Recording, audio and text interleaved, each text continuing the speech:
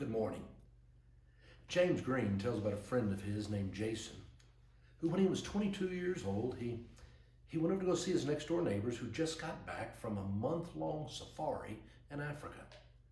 I mean, they had all these wonderful pictures and they had so many stories.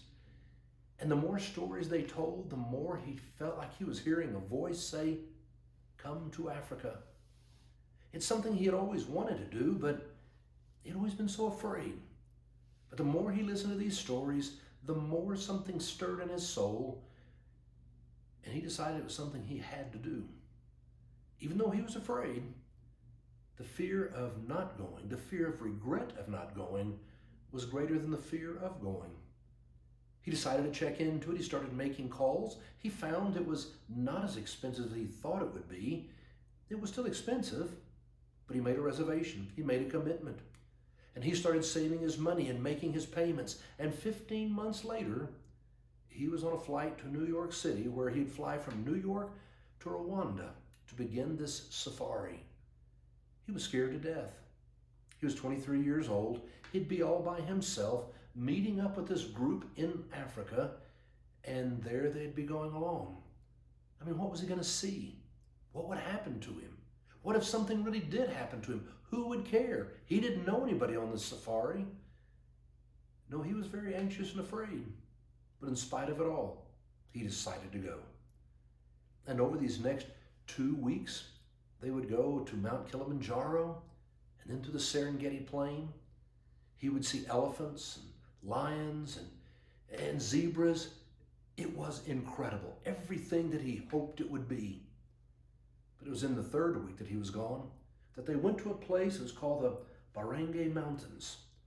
And there it's more of a rainforest. And there they were going to go, and he was one of 4 on the safari who was invited to go on this gorilla walk.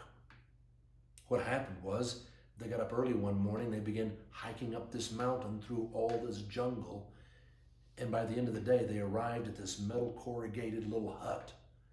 It was only a place to basically spend the night and to sleep out of the weather. And then the next morning they got up early before daylight and they moved out into the jungle and they took their positions. They'd been told no matter what happens, you don't move, you don't run, you don't speak, you just sit and watch. And sure enough, they were in their places and they knew the gorillas were going to be coming this way, the guides, that's why they had them. And in a while you could hear them coming. And then you could smell them. And finally, you could see them. And Jason said they were so graceful as they were coming and moving. And it was an adolescent female gorilla that came up to within 3 feet of him. She came up and just stared him right in the eyes. He said they were so human-like. He sat there looking into the eyes of this gorilla, and they just stared and stared. Finally, the gorillas began to move on. He said the last hour had gone by in a minute. It was the most incredible thing he had ever experienced. And when it was all over, then they began to come back down that mountain, and he said he knew his life was changed forever. He just kept thinking this trip was more than what he had ever hoped it would be, and how he had almost missed it. If he had let his fears rule his life, he would never have gone on this experience. And he knew that from now on, he was going to say yes to his dreams in spite of his fears. It was Helen Keller who said, "Life is either a daring adventure or it is nothing. To say yes in spite of your fears is to make it into a daring adventure."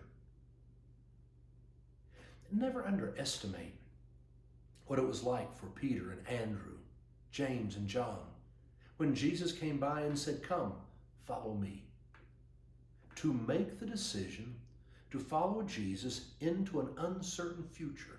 They had no idea what was in store for them. Never underestimate the courage it took to say yes in spite of their fears to follow him, and how it changed their world, and it changed the world forever. You know, I really do believe God will lead you into an exciting future. All it takes is you to have the courage to say yes in spite of your fears. go out and